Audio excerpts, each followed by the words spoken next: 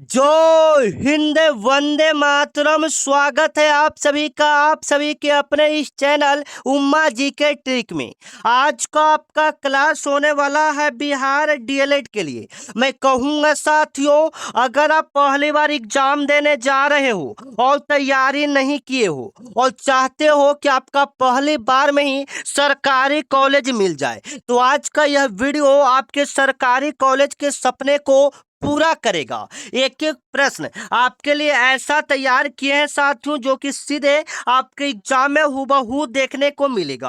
अगर आप पहली बार एग्जाम देने जा रहे हो, सरकारी कॉलेज का सपना है, तो यह वीडियो को आप रट लो, इस वीडियो को आप पूरा देख लो, क्योंकि यहीं से प्रश्न आपके एग्जाम में हूबहू देखने को मिलेगा साथियों।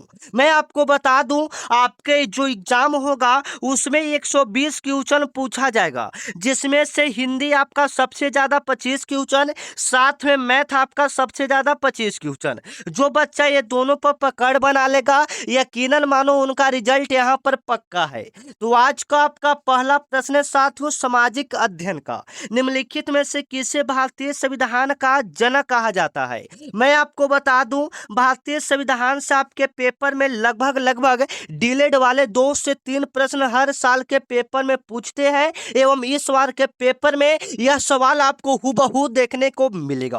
आप बिल्कुल सही करोगे साथियों। भारतीय संविधान का जनक हम लोग डॉक्टर भीमराव अंबेडकर को कहते हैं। ऑप्शन नंबर सी आपका क्या हो जाएगा? बिल्कुल राइट हो जाएगा, जो कि सीधे आपके पेपर में बनेगा साथियों। अब यहां से जो जो सवाल बन सकता है आपके पेपर में आने वाला है, वो सवाल मैं अभी आपको करवाता हूं। सबसे पहले तो आप याद रखोगे, संविधान सभा का पहला बैठक कब हुआ था साथियों? आप याद रखोगे 9 दिसंबर 1946 ईस्वी को। संविधान सभा का पहला बैठक कब हुआ था? 9 दिसंबर 1946 ईस्वी को। आप याद रखोगे, आपके पेपर में बार बार यह सवाल पूछा जाएगा, संविधान सभा का पहला बैठक कब हुआ था? 9 दिसंबर 1946 ईस्वी को हुआ था।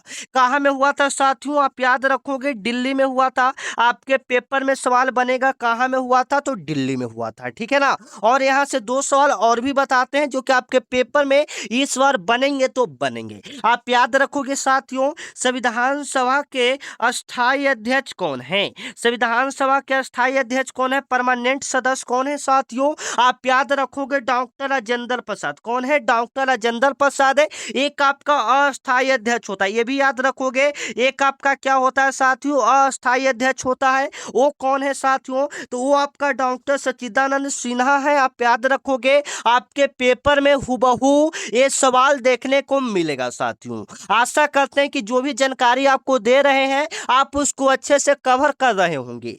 और हम बात करें जवाहरलाल नेहरू को, तो जवाहरलाल नेहरू हमारे भारत के प्रथम प्रधानमंत्री हैं। आप याद रखोगे, ठीक है। चलो, और भी याद रखोगे साथियों, संविधान को बनाने में टोटल जो समय लगा था, 2 साल 11 माह 18 दिन का समय लगा था। आप याद रखना, ठीक है ना। 2 साल 11 माह 18 दिन का समय लगा था, आप याद रखोगे। संविधान का जनक या संविधान का पिता कहे, आप बिल्कुल सही करोगे, डॉक्टर भीमराव अंबेडकर को कहा जाता है। आपका चलिए 2 नंबर सवाल है साथियों, जो कि आपके पेपर में हूबहू देखने को वही सवाल मिलेगा साथियों। ये वाला सवाल मैं आपको पिछले क्लास में करवाया था, क्योंकि ये आने वाला सवाल था। वास्को डी गामा भारत कब आया था, ये सवाल मैं आपको करवाया था, लेकिन सवाल थोड़ा सा चेंज टाइप के हैं यहाँ पर। वास्को डी गामा भारत के काले कट तट पर किस वर्ष पहुंचा था साथियों? अगर आपको पता है तो कमेंट में जवाब दोगे कब पहुंचा था। एक बच्चे का बिल्कुल 1492 आ रहा है, यहाँ पर 1492 नहीं होगा, तो क्या सही होगा? वास्को डी गामा भारत के किस तट पर पहुंचा था, यह भी सवाल बन सकता है साथियों। तो याद रखोगे, काले कट तट पर। किस राज्य में है, तो यह केरल राज्य में है। आप याद रखना, आपके पेपर में सवाल बनेगा। काले कट तट किस बंदरगाह पर है साथियों? केरल राज्य। किस राज्य में है? केरल राज्य में है, ठीक है ना, याद रखिएगा। तो ये जो आया था वास्को डी गामा, वह 1498 ईस्वी में आया था। आप याद रखोगे, ऑप्शन नंबर बी आपका क्या होगा साथियों? बिल्कुल सही होगा। आशा करते हैं कि आप लोग जवाब दोगे, ठीक है ना। चलो, अगर हम लोग बात करें कालीकट के किस बंदरगाह पर पहुंचा था, तो कालीकट तट के केरल केरल राज्य में पहुंचा था। ठीक है ना। चलिए, अब पानीपत का प्रथम युद्ध कब हुआ था साथियों? 1526 में। आपके पेपर में सवाल युद्ध से 2 से 3 सवाल फिक्स है, तो आप अच्छे से कवर करोगे। पानीपत का प्रथम युद्ध 1526 में बाबर और इब्राहिम लोदी के बीच हुआ था, आप याद रखना। आपका सेकंड नंबर थर्ड नंबर सवाल को चलते हैं साथियों, जो कि सीधे आपके पेपर में बनेगा। ऐसा सवाल आपने कभी नहीं देखा होगा, क्योंकि ऐसा सवाल आपके पेपर में देखने को मिलता है। ठीक है। एक बार सभी बच्चे अपना एग्जाम डेट कमेंट कर दोगे, क्योंकि 8 तारीख आपका आने वाला है। 1 से 2 दिन अब आपके पास समय बच रहा है साथियों, तो जी जान लगा दो। अगर सरकारी कॉलेज पाना है, मेहनत करते रहो। ठीक है। 8 से 22 के बीच में आपका एग्जाम कब है साथियों? सभी बच्चे एक बार कमेंट करके बताओगे, ताकि मैं आपको ओरिजिनल पेपर एनालिसिस करवा सकूं कि कौन कौन सा प्रश्न आपके पेपर में आया हुआ है। ठीक है ना। चलो, 3 नंबर सवाल है साथियों, सप्तवर्षीय युद्ध 1756 से 1763 किन दो देशों के बीच लड़ा गया था साथियों? आप बिल्कुल सही करोगे। सबसे पहले तो आपके पेपर में पूछेगा सप्तवर्षीय युद्ध कब हुआ था, तो 1756 में यह युद्ध शुरू हुआ था और चला कब तक था, तो 63 तक चला था, यानी 7 वर्षों तक यह युद्ध चला था। तो ये कहाँ कहाँ हुआ था साथियों? आप याद रखोगे, ब्रिटेन और फ्रांस में। कहाँ कहाँ हुआ था? ब्रिटेन और फ्रांस में। ऑप्शन नंबर ए आप क्या करोगे साथियों? बिल्कुल सही करोगे। ब्रिटेन और फ्रांस में हुआ था, आप याद रखना। आपके पेपर में हूबहू ये सवाल छपेगा साथियों। 7 वर्षों तक यह युद्ध हुआ था, इससे ज्यादा प्रश्न नहीं बनेगा, इसलिए ज्यादा इंफॉर्मेशन इस प्रश्न के बारे में हम लोग नहीं लेंगे। चलो, आपका अगला नंबर सवाल है साथियों, एकदम आपके पेपर में हूबहू बनेगा। अमेरिका का स्वतंत्रता घोषणा पत्र किसने तैयार किया था? आपके पेपर में सवाल बनेगा कि अमेरिका का जो स्वतंत्रता घोषणा पत्र है, उसको किसने तैयार किया था साथियों? ऐसा सवाल आपके पेपर में देखने को मिलता है। आप क्या सही करोगे साथियों? Thomas Jefferson. थॉमस जेफरसन जो था, वो स्वतंत्रता घोषणा पत्र को तैयार किया था। ठीक है, याद रखिएगा। साथ में जो बच्चा चैनल को सब्सक्राइब नहीं किया है, चैनल को सब्सक्राइब कर लो, क्योंकि डीले से संबंधित इसी चैनल पर आपको डेली क्लासेज मिलेगा साथियों। ठीक है ना। जैसे में जो भी एनालिसिस होगा, जो भी प्रश्न आएगा, सबसे पहले आपको इसी चैनल पर मिलेगा। तो चैनल को आप सब्सक्राइब कर लोगे ना, ऑल बेल आइकन को दबा लोगे, तो सबसे पहले जो भी क्लास करवाएंगे आपके पास नोटिफिकेशन सबसे पहले जाएगा। तो आप चैनल को क्या करके रख लोगे? सब्सक्राइब करके रख लोगे। चलो, आपका अगला नंबर सवाल है साथियों, फ्रांसीसी क्रांति।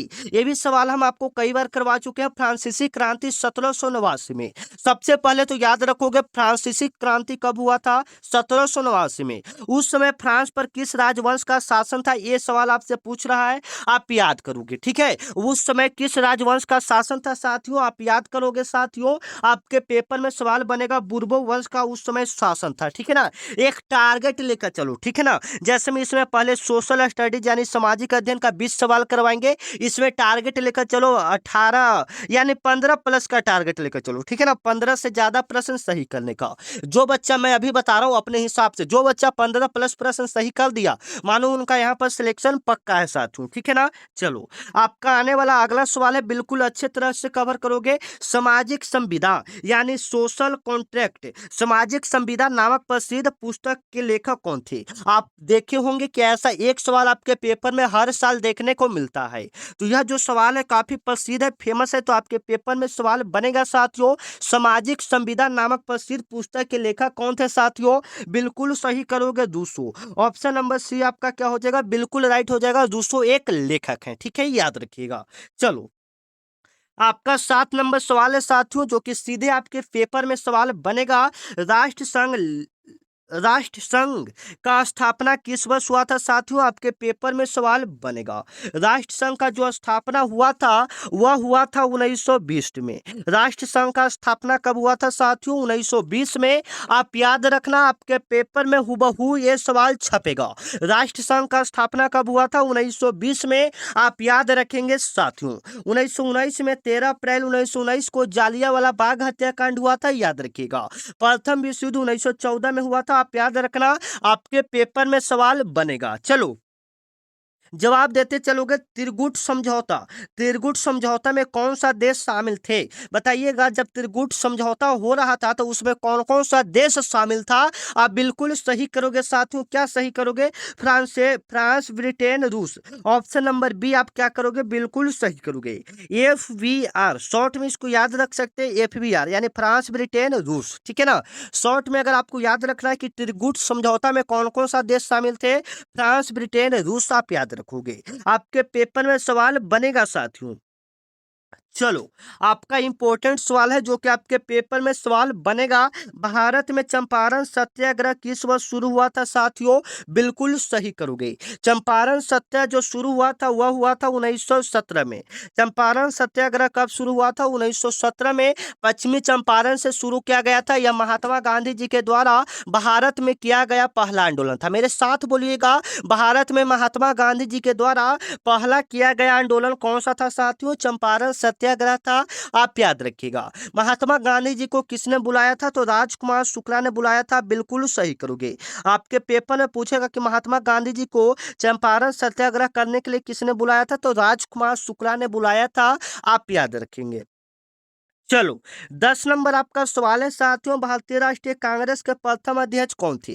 आपके पेपर में सवाल बनेगा साथियों, भारतीय राष्ट्रीय कांग्रेस के प्रथम अध्यक्ष कौन थे साथियों? आप बिल्कुल सही करोगे, बोमेश चंद्र बनर्जी। ऑप्शन नंबर बी आप क्या करोगे? बिल्कुल सही करोगे, जो कि सीधे आपके पेपर में सवाल छपेगा साथियों। भारतीय राष्ट्रीय कांग्रेस के प्रथम अध्यक्ष कौन थे साथियों? बोमेश चंद्र बनर्जी थे। आप याद रखना, आपके पेपर में हुबहू ये सवाल छपेगा साथियों। ठीक है ना। भारतीय राष्ट्रीय कांग्रेस के प्रथम अध्यक्ष कौन थे? बोमेश चंद्र बनर्जी थे। मतलब पूछेगा आपके पेपर में, भारतीय राष्ट्रीय कांग्रेस का स्थापना कब हुआ था? 28 दिसंबर 1885 ईस्वी को। ठीक है ना। एक बार सभी कोई बच्चे कमेंट करके बताओगे आपको क्लास कैसा लग रहा है, इसमें कुछ सुधार चाहिए या डेली आपको ऐसा ही क्लास चाहिए? क्योंकि अब आपके पास तो ज्यादा समय बचा नहीं है, बस आप लोग क्लास करते जाओ। ठीक है। 28 दिसंबर 1885 को भारतीय राष्ट्रीय कांग्रेस का स्थापना हुआ था। ठीक है ना। चलिए, यहां आप याद कर लोगे साथियों, आपके पेपर में सवाल बनेगा। चलो, आपका आने वाला अगला सवाल है साथियों, भारतीय संविधान के किस भाग को मौलिक अधिकारों का चार्टर कहा जाता है? आप याद रखोगे, मौलिक अधिकारों का चार्टर किसे कहा जाता है साथियों? आपके पेपर में सवाल बनेगा तो भाग 3 को। भाग 3 को क्या कहा जाता है? मौलिक अधिकारों का चार्टर कहा जाता है। आप याद रखोगे। मैं आपको पहले बता दूं, संविधान से एक प्रश्न फिक्स है साथियों, तो आप बिल्कुल अच्छे से याद रखोगे। चलो, 12 नंबर सवाल की ओर चलते हैं जो सीधे आपके पेपर में आएगा साथियों। सूचना का अधिकार RTI कानून किस वर्ष लागू हुआ था? यानी सभी व्यक्ति को एक समान अधिकार है, मतलब आप कहीं पर सरकारी काम हो रहा है तो वहां पर जाकर आप सूचना ले सकते हैं। ये सभी व्यक्ति को अधिकार है। ये कब लागू हुआ था? 2005 में। कब लागू हुआ था साथियों? 2005 में। आप याद रखोगे। आपके पेपर में ये सवाल बनेगा साथियों, हुबहू आएगा। आपका आने वाला अगला सवाल है साथियों, हुबहू देखिएगा, कपास की खेती के लिए सबसे उपयुक्त मिट्टी कौन सी मानी जाती है? आप बिल्कुल सही करोगे। अगर आपको कपास की खेती करनी है साथियों, तो सबसे ज्यादा कौन सा मिट्टी में ये कपास की खेती किया जाता है? क से कपास और क से याद रखिएगा काली। क से क्या याद रखिएगा? काली मिट्टी। कपास जो होता है सबसे ज्यादा कौन सा मिट्टी में होता है? काली मिट्टी में। ऑप्शन नंबर बी क्या होगा? बिल्कुल राइट होगा। एक बार सभी कोई बच्चे जो है कमेंट में एक मोटिवेशनल शायरी बोलेंगे, ताकि मैं उसको अगले वीडियो में आप सभी को सुना सकूं, आपके नाम के साथ किस बच्चे ने यह शायरी डाला है। ठीक है ना। तो एक बार आप लोग कमेंट में सभी बच्चे मोटिवेशनल शायरी, जिससे सुनने के बाद लगे कि नहीं कुछ करना चाहिए, जुनून आ जाना चाहिए। ठीक है ना। चलो, 14 नंबर आपका सवाल है साथियों, जो कि आपके पेपर में पूछेगा, भारत का सबसे पुराना, 1 मिनट, भारत का सबसे पुराना तेल शोधक कारखाना कहाँ स्थित है साथियों? आप बिल्कुल सही करोगे। भारत का सबसे पुराना तेल शोधक कारखाना कहाँ स्थित है साथियों? डिगबोई में। कहाँ में स्थित है? डिगबोई में। आप याद रखोगे, आपके पेपर में सवाल बनेगा डिगबोई में। ठीक है ना। भारत का सबसे पुराना तेल शोधक कारखाना कहाँ में है साथियों? डिगबोई में। आप याद रखोगे। ये डिगबोई कहाँ में है साथियों? असम में। ऑप्शन नंबर याद रखोगे, ऑप्शन ऑप्शन का आंसर आप याद रखोगे। सबसे पुराना जो तेल शोधक कारखाना है वह डिगबोई असम में। ठीक है। किस राज्य में है? असम में। आप याद रखोगे। और बिहार का एकमात्र तेल शोधक कारखाना पूछेगा तो वह बरौनी हो जाएगा, आप याद रखोगे। बिहार का एकमात्र तेल शोधक कारखाना कौन सा है साथियों? बरौनी है, आप याद रखोगे, जो कि रूस देश के सहयोग से बनाया गया था, आप याद रखोगे। चलो 15 नंबर आपका सवाल है साथियों, काजीरंगा राष्ट्रीय उद्यान किस राज्य में स्थित है? आप बिल्कुल सही करोगे। काजीरंगा राष्ट्रीय उद्यान जो है यह असम में स्थित है। ये कहाँ में स्थित है साथियों? असम में। काजीरंगा राष्ट्रीय उद्यान कहाँ में है? असम में। बिल्कुल सही करोगे। ऑप्शन नंबर ए आप क्या करोगे? बिल्कुल सही करोगे।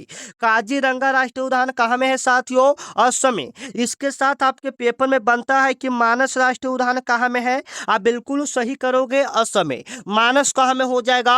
असम में। आप बिल्कुल सही करोगे, आप याद रखोगे। जवाब देते चलिएगा, लास्ट में हम आपसे स्कोर पूछेंगे, आप कितना प्रश्न को सही करते हो।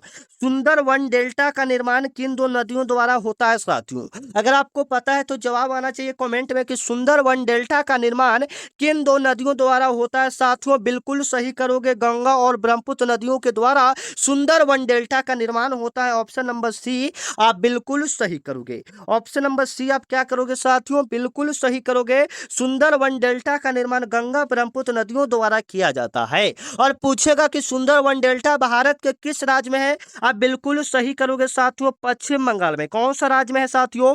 पश्चिम बंगाल में है। आप याद रखना, आपके पेपर में ये सवाल बनेगा कि यह किस राज्य में है? पश्चिम बंगाल में है। आप याद रखना, आपके पेपर में सवाल यह बनेगा, ठीक है ना। चलो, या इसे गंगा ब्रह्मपुत्र डेल्टा के नाम से भी जाना जाता है। जैसे मैं इसको कहेगा कि गंगा ब्रह्मपुत्र डेल्टा कहाँ में है? पश्चिम बंगाल में है, आप याद रखोगे। आपका आने वाला अगला सवाल है साथियों, भारत में निम्नलिखित में से कौन सी प्राकृतिक आपदा सबसे अधिक विनाशकारी और बार बार आने वाला है? आपको बताना है कि भारत में निम्नलिखित में से कौन सा प्राकृतिक आपदा सबसे अधिक विनाशकारी और बार बार आता है। बताना, ये 4 ऑप्शन दिया हुआ है। ऐसे सभी प्राकृतिक आपदा है, लेकिन सबसे अधिक विनाशकारी और बार बार आने वाला है वह कौन सा हो जाएगा साथियों? देखिए, भूकंप जो होता है बार बार नहीं आता है, ठीक है ना। ये कभी कभी झटका आ गया तो आ गया। और बाढ़ की बात करेंगे साथियों, तो बाढ़ आपका बार बार आने वाला है और अधिक विनाशकारी होता है, ठीक है ना। जैसे में भूकंप है कि ये कोई कोई क्षेत्रों में आता है, लेकिन बाढ़ जो आता है जो क्षेत्र में आता है पूरा क्षेत्र को डुबा कर रख देता है। ऑप्शन नंबर बी आप क्या करोगे? बिल्कुल सही करोगे। 18 नंबर आपका सवाल है, बिहार का कौन सा क्षेत्र सबसे अधिक बाढ़ प्रवण माना जाता है? बताना है आपको, ऐसा कौन सा क्षेत्र है जहां पर बाढ़ सबसे अधिक क्षेत्रों में आता है साथियों? बाढ़ प्रवण क्षेत्र कौन सा है बताइएगा। ऑप्शन नंबर सी उत्तरी बिहार। अगर आप उत्तरी बिहार और दक्षिण बिहार को जानते हैं साथियों, अगर आप उत्तरी कौन सा बिहार में आप पहले रहते हैं ये कमेंट करके बताओगे, ठीक है। उत्तरी बिहार में रहते हो या दक्षिण बिहार में? तो उत्तरी बिहार में जो है नेपाल से बहुत उधर से बाढ़ आ जाता है, ठीक है ना, आप याद रखोगे। चलो, 19 नंबर आपका सवाल है साथियों, सुनामी शब्द किस भाषा से लिया गया है? आपके पेपर में सवाल बनेगा, आप बिल्कुल सही करोगे। सुनामी जो है यह अंग्रेजी भाषा से लिया गया है। ऑप्शन नंबर सी आप क्या करोगे? बिल्कुल सही करोगे। सुनामी शब्द किस भाषा से लिया गया है साथियों? अंग्रेजी भाषा से लिया गया है, आप याद रखना। आपके 1 मिनट, जो यहाँ पर अंग्रेजी से नहीं लिया गया है, ठीक है ना। सुनामी जो शब्द है यह जो लिया गया है जापानी भाषा से लिया गया है, आप याद रखोगे, ठीक है ना। चलो यहाँ तक ठीक है। हाँ, ये जापानी से लिया गया है, याद रखोगे। सुनामी शब्द किससे लिया गया है? जापानी से। थोड़ा सा अपडेट कर लोगे, ठीक है ना। चलिए, निम्नलिखित में से कौन सा विकल्प मानव जनित आपदा का उदाहरण है? ऐसा एक सवाल बनेगा साथियों, फिक्स है। इसमें से बताना है कि कौन मानव के द्वारा किया जा सकता है। भूस्खलन मानव के द्वारा तो नहीं किया जा सकता, यानी मिट्टी का कटाव, मतलब मिट्टी कहीं कहीं अपने से कटा है, उसमें मानव द्वारा नहीं किया जाएगा। महामारी, कोई भी बीमारी आता है तो मानव के द्वारा नहीं होता है, सूखा नहीं होता है। रासायनिक गैस रिसाव, यानी केमिकल कहीं कहीं होता है, मतलब केमिकल का कहीं कंपनी में रिसाव हो जाता है। जैसे में भोपाल गैस त्रासदी हुआ था 1984 में, तो उस समय वहां पर मानव जनित आपदा था, ठीक है, याद रखेंगे। यहाँ पर हम लोग क्या किया, सोशल स्टडीज के 20 सवाल को क्लियर किया साथियों। अब चलते हैं हम लोग हिंदी की ओर चलते हैं, ठीक है। तो यहाँ पर स्कोर आप बताओगे आपका कितना प्रश्न यहाँ पर सही हुआ। चलिएगा, अब हम लोग चलते हैं हिंदी को साथियों, जो कि सीधे आपके पेपर में हूबहू सवाल देखने को मिलेगा। इसमें भी टारगेट लेकर चला 25 में कम से कम 20 प्लस प्रश्न सही करने का। चलिएगा, निम्नलिखित में से कौन सा शब्द स्वर संधि का उदाहरण है? आपको जवाब देना है साथियों, कौन सा यहाँ पर स्वर संधि का उदाहरण है। आप बिल्कुल सही करोगे साथियों, जगतनाथ। यहाँ पर स्वर संधि कहने का मतलब है जो जिसको बोलने के बाद, जैसे में हम जगत प्लस में नाथ, इसका संधि विच्छेद करेंगे तो क्या आएगा साथियों, जगत प्लस में नाथ, जगत प्लस में नाथ, जगत प्लस में नाथ। तो यहाँ पर आप देख सकते हैं इसमें अ की मात्रा और इसमें आ की मात्रा, तो जिसमें अ और आ की मात्रा ये सब आता है वो स्वर संधि के अंतर्गत आता है। ठीक है, तो यहाँ पर स्वर संधि पूछेगा तो जगतनाथ हो जाएगा। ऑप्शन नंबर बी आप बिल्कुल सही करोगे। चलो, संधि विच्छेद से आपके पेपर में एक सवाल फिक्स है साथियों, यद्यपि का सही संधि विच्छेद क्या होगा? आपके पेपर में सवाल बनेगा साथियों, यद्यपि का सही संधि विच्छेद क्या हो जाएगा?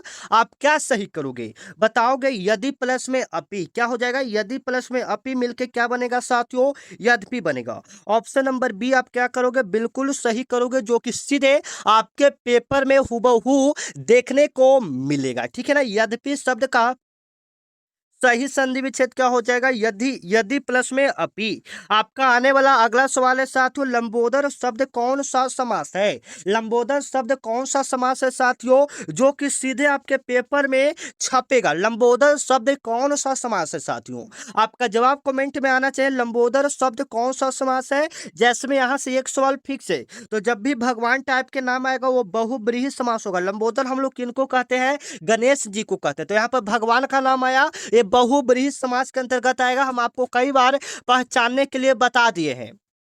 ठीक है ना, और जो बच्चा अभी तक मेरे व्हाट्सएप ग्रुप को ज्वाइन नहीं किया है, ज्वाइन कर लेंगे। यह मेरा व्हाट्सएप नंबर है 9334517119। ठीक है, इस पर आपको क्या करना है, बिहार डीएलएड लिखकर मैसेज करना है। सबसे पहले समझ जाओ जुड़ने से फायदा क्या होगा साथियों। सबसे पहले जो भी वैकेंसी नई आने वाली, जैसे बिहार पुलिस और भी बहुत सारी वैकेंसी ऑल इंडिया में जो जो आने वाला है, सबसे पहले आपको ग्रुप में ही डाला जाता है। जो भी पीडीएफ रहेगा, जो भी क्लास इंपॉर्टेंट नोट्स ये सब रहेगा, जो भी इंपॉर्टेंट क्वेश्चन कभी कभी डाला जाता है, जैसे वो राज राजधानी हो गया और भी बहुत सारा चीज, फुल फॉर्म, ये सब ग्रुप में सबसे पहले डाला जाता है। तो वहां आप ज्वाइन करना चाहते हो तो आप इस नंबर पर बिहार डीएलएड लिखकर मैसेज कर सकते हो। चलो, यहाँ पर आपका हो गया। आपको कई बार पहचानने के लिए बता दें, द्वंद्व समास जैसे में माता पिता, जैसे में यहाँ पर क्या होगा साथियों, माता पिता, जिस चिन्ह में बीच में योजक चिन्ह रहे, हलंत लगा रहे, वह द्वंद्व समास के अंतर्गत आता है। पापे पुण्य कौन सा समास है? मैंने अभी आपको बताया कि बीच में जिसमें योजक चिन्ह लगा रहेगा, हलंत लगा रहेगा, वह कौन सा समास होगा साथियों? बिल्कुल सही करोगे, द्वंद्व समास। कौन सा समास होगा? द्वंद्व समास। ऑप्शन नंबर डी आपका क्या होगा? बिल्कुल राइट होगा, जो कि सीधे आपके पेपर में हूबहू यही सवाल देखने को मिलेगा साथियों। चलो, 25 नंबर आपका सवाल है, आजीवन शब्द में कौन सा समास है साथियों? आजीवन शब्द में कौन सा समास है? आप बिल्कुल सही करोगे। आजीवन में कौन सा समास है, बता सकते हैं आजीवन में कौन सा समास है साथियों? आजीवन में, एक मिनट, इसका सही था ना? हाँ, इसका सही था। आजीवन में आपका जो हो जाएगा, यह अभिभाव समास हो जाएगा। ऑप्शन नंबर ए आपका क्या हो जाएगा? बिल्कुल राइट होगा। यहाँ पर पहचानने के लिए एक ट्रिक होता है साथियों, जिसके शुरुआत में यथा लगा रहे, क्या लगा रहे? यथा लगा रहे या आ लगा रहे, ये सब जो लगा रहता है वह अभिभाव समास। जैसे में यथाशक्ति, यथा ये सब जो रहता है, ये अभिभाव समास हो जाता है। ठीक है, आप लोग टेंशन नहीं लीजिए। शाम में अलंकार या समास पहचानने के लिए आपको हम एक ट्रिक वाला वीडियो बना देंगे, जिससे आपको अच्छे से जानकारी मिल जाएगा। ठीक है, क्योंकि यहाँ पर बताएंगे काफी लंबा वीडियो हो जाएगा। ठीक है, क्योंकि अभी साइंस के भी प्रश्न को हम लोग को कवर करना है। 26 नंबर आपका सवाल है साथियों, अंगूठा दिखाना मुहावरे का सही अर्थ क्या है? कॉमेंट में जवाब दोगे, अंगूठा दिखाना मुहावरे का सही अर्थ क्या होगा साथियों? आपके पेपर में सवाल बनेगा, अंगूठा दिखाना मुहावरे का सही अर्थ क्या होगा साथियों? बिल्कुल सही करोगे, मदद करने से साफ मना करना। ऑप्शन नंबर ए आपका क्या हो जाएगा साथियों? बिल्कुल सही हो जाएगा। हाँ, चलोगे, गागर में सागर भरना लुकोक्ति का क्या अर्थ है साथियों? आपके पेपर में सवाल बनेगा, गागर में सागर भरना लुकोक्ति का क्या अर्थ होगा? गागर में सागर भरना यानी यानी क्या होना चाहिए? गागर में सागर भरना लुकोक्ति का क्या अर्थ होना चाहिए साथियों? बताइएगा कमेंट में। गागर में सागर भरना यानी कम शब्दों में बहुत कुछ कह देना, ऑप्शन नंबर बी। आपका आने वाला अगला सवाल है साथियों, कनक कनक ते 100 गुनी मादकता अधिकाय या खाए बोराए जग व पाए बोराए। इस पंक्ति में कौन सा अलंकार है साथियों? आपको कई बार ये सवाल हम करवा चुके हैं। यहाँ पर कौन सा राइट आंसर होगा आप बताइएगा। जिसमें कोई शब्द को 2 बार जिक्र हो जाता है वह यमक अलंकार होता है, ऑप्शन नंबर सी बिल्कुल आप याद रखोगे। ठीक है, यह पहचानने का एक ट्रिक है साथियों, आप याद रखोगे। चरण धरत चिंता करत चितवन चहु और सुबिरन की खोजत फिरत कवि। ये इस प्रकार से आपका आएगा और पूछेगा कि कौन सा अलंकार है। इसमें बताइएगा कौन सा अलंकार होगा। इसमें जो आएगा साथियों वो सलेश अलंकार आएगा। कौन सा अलंकार आएगा? सलेश अलंकार आएगा, क्योंकि इसमें शब्द को बार बार रिपीट नहीं किया जा रहा है। ठीक है ना। चलिए, वो सब हम आपको शाम वाला में तो बोले थे कि अलंकार वाला आपको ट्रिक हम बता देंगे। ठीक है ना। चलिए। आपका अगला नंबर सवाल है साथियों, बिल्कुल अच्छे से देखोगे। तरिणी तनुजा तट तमाल तरवर बहु छाय इस पंक्ति में किस अलंकार छटा है? आपको बताना है कि इस पंक्ति में कौन सा अलंकार होगा साथियों? अनुप्रास अलंकार होगा। कौन सा अलंकार हो जाएगा? अनुप्रास अलंकार हो जाएगा। वीरों का कैसा हो वसंत इस पंक्ति में किस रस की प्रधानता है साथियों? आप बिल्कुल सही करोगे, इस लेवल का सवाल आपके पेपर में बनेगा। तो इसमें आपका वीरों का कैसा हो वसंत, हाँ, इसमें जो होगा साथियों अब वीर रस होगा, ऑप्शन नंबर बी आप क्या करोगे? बिल्कुल सही करोगे। शांत रस का स्थायी भाव क्या होता है साथियों? बिल्कुल सही करोगे। शांत रस का स्थायी भाव निर्वेद होता है। क्या होता है? निर्वेद होता है, आप याद रखोगे। शांत रस का अस्थायी भाव क्या होता है साथियों? निर्वेद होता है। रौद्र रस का स्थायी भाव क्या होगा? रौद्र रस का स्थायी भाव क्या होगा साथियों? क्रोध होगा। क्या होगा? क्रोध, मतलब रौद्र मतलब क्रोध होना। ठीक है, ऐसे भी आप समझ सकते हैं। आपका आने वाला अगला सवाल है, चौपाई छंद के प्रत्येक चरण में कितनी मात्राएं होती है? चौपाई छंद में, हाँ, चौपाई छंद में कितनी मात्राएं होती है साथियों? 16 मात्राएं होती है, आप याद रखोगे। दोहा छंद के पहले और तीसरे चरण में कितनी कितनी मात्राएं होती है? आप बिल्कुल सही करोगे, 13 मात्राएं होती है। ठीक है ना। ये सब नया नया प्रश्न है और आपको याद करना पड़ेगा, इसके लिए कोई ट्रिक नहीं काम करेगा। ठीक है साथियों। चलो, निम्नलिखित में से कौन सा शब्द बादल का पर्यायवाची नहीं है? आपको बताना है कि कौन सा बादल का पर्यायवाची नहीं है। जैसे में हम लोग जलद को बादल बोल सकते हैं, मेघ बोल सकते हैं, नीरद बोल सकते हैं, लेकिन वारिधि नहीं बोल सकते। ठीक है ना, वारिधि यहाँ पर हम लोग गलत करेंगे। अस्थावर का सही विलोम शब्द क्या होगा साथियों? बिल्कुल सही करोगे। अस्थावर का उल्टा क्या हो जाएगा? जंगम। ऑप्शन नंबर बी आप क्या करोगे? बिल्कुल सही करोगे। तिमिर शब्द का शुद्ध विलोम शब्द चुने। तिमिर शब्द का शुद्ध विलोम शब्द चुने तो तिमिर का उल्टा क्या हो जाएगा? आलोक हो जाएगा, आप याद रखोगे।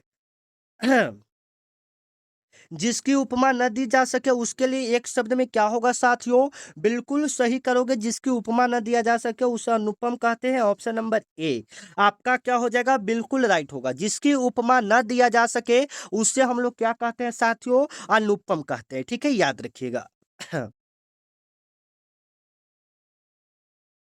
ठीक है ना।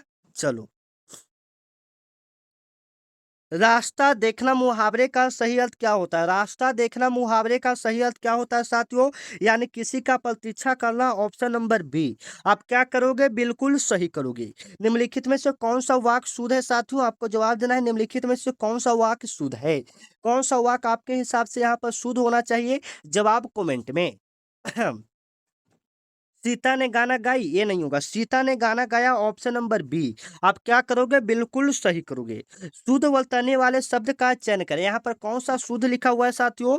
एक कवित्री बिल्कुल सही लिखा हुआ है, क व इत्री। ये वाला जो कवित्री है ये आपका बिल्कुल सही लिखा हुआ है। चलो, उज्ज्वल शब्द का शुद्ध वर्तनी शब्द कौन सा होगा? यहाँ पर उज्ज्वल कौन सा सही लिखा हुआ है साथियों? दोनों जगह जिसमें आधा होगा वो बिल्कुल यहाँ पर सही लिखा होगा। ठीक है ना। चलिए, यहाँ पर थोड़ा सा एचडी की वजह से पीडीएफ आपका लैग हो रहा है। ठीक है ना, कोई दिक्कत की बात नहीं है। चलिए, आपका आने वाला अगला सवाल है साथियों, निम्नलिखित में से कौन सा शब्द तद्भव है? तद्भव कहने का मतलब है बिगड़ा हुआ रूप को, संस्कृत के बिगड़े हुए रूप को हम लोग क्या कहते हैं? तद्भव कहते हैं, ठीक है ना? कौन सा शब्द? जैसे में अग्नि जो है संस्कृत जैसा जो शब्द रहता है उसको तत्सम कहते हैं, उसको क्या कहते हैं? एक मिनट, उसको हम लोग तत्सम कहते हैं।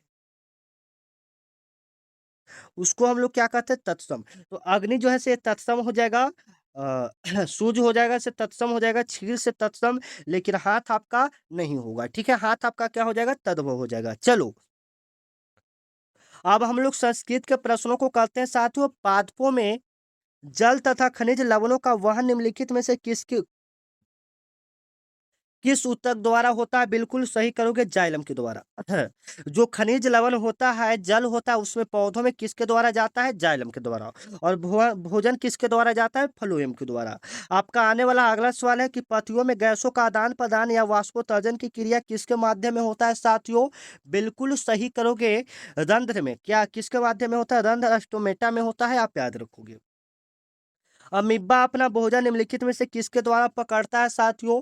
बिल्कुल सही करोगे, कुटपाद के द्वारा। भोजन अपना किसके द्वारा पकड़ता है? कुटपाद के द्वारा। ऑप्शन नंबर ए आप क्या करोगे? बिल्कुल सही करोगे। मानव शरीर की सबसे बड़ी ग्रंथि कौन सा है साथियों? हम लोग फटाफट सही करेंगे, यकृत, लिवर। ऑप्शन नंबर क्या करोगे? बिल्कुल सही करोगे। आपका अगला नंबर सवाल है, शुद्ध ऑक्सीजन रक्त को हृदय से शरीर के विभिन्न भागों में ले जाने वाली रक्त वाहिनियां क्या कहलाती है साथियों? मतलब शुद्ध रक्त किसमें प्रवाहित होती है? कोई बच्चे बता सकते हैं शुद्ध रक्त किसमें प्रवाहित होती है? बिल्कुल राइट आंसर आएगा, धमनिया में। किसमें प्रवाहित होती है? धमनिया में, आप याद रखोगे। चलो, 100 डिग्री सेल्सियस, 100 डिग्री सेल्सियस तापमान पर मान क्या, कितना पैमाने पर कितना होगा? बताइएगा कितना होगा साथियों? 100 डिग्री सेल्सियस पर केल्विन का पैमाना कितना होगा? तो 373 डिग्री केल्विन होगा, आप याद रखोगे, ठीक है ना? चलो, 52 नंबर आपका सवाल है साथियों, शुष्क बर्फ या ड्राई आइस निम्नलिखित में किसका ठोस रूप है? एक का ठोस कार्बन डाइऑक्साइड का रूप है, आप याद रखोगे। 53 नंबर आपका सवाल है, निम्नलिखित में से कौन सा एक तत्व नहीं है बल्कि एक यौगिक है? इसमें चार ऑप्शन में से आपको बताना है कि कौन सा तत्व नहीं है बल्कि एक यौगिक का काम करेगा साथियों, ठीक है? कौन सा हो जाएगा? आप बिल्कुल सही करोगे, आपके पेपर में सवाल बनेगा। लोहा होगा, यहाँ पर देख लेते हैं, एक मिनट, लोहा की क्या होगा, ठीक है? चलो, यहाँ पर एक यौगिक है। लोहा आपका एक लोहा एक आपका क्या हो जाएगा? तत्व हो जाएगा, सोना हो जाएगा। जल यहाँ पर एक यौगिक का काम करेगा। जल किसका काम करेगा? यौगिक का। पीतल निम्नलिखित में किन धातुओं का मिश्रण है? तांबा और जस्ता का। ऑप्शन नंबर बी आप याद रखोगे। 55 नंबर सवाल है कि किसी वस्तु के द्रव्यमान और वेग की गुणनफल को क्या कहते हैं साथियों? आप बिल्कुल सही करोगे। किसी वस्तु के, बताइएगा, किसी वस्तु के द्रव्यमान और वेग के गुणनफल को हम लोग क्या कहते हैं? संवेग कहते हैं। क्या कहलाता है? संवेग कहलाता है। ऑप्शन नंबर सी आपका क्या हो जाएगा? बिल्कुल राइट हो जाएगा, ठीक है? चलिए, मिलते हैं नेक्स्ट वीडियो में, तब तक के लिए जय हिंद, वंदे मातरम। यहाँ पर वीडियो काफी लंबा है, नहीं तो और भी प्रश्न हम आपको सारा चीज का करवा देते हैं। जो भी छूटा है जो सुबह या 12 बजे वाला क्लास में आपको हम करवा देंगे। मिलते हैं नेक्स्ट वीडियो में, तब तक के लिए जय हिंद, वंदे मातरम।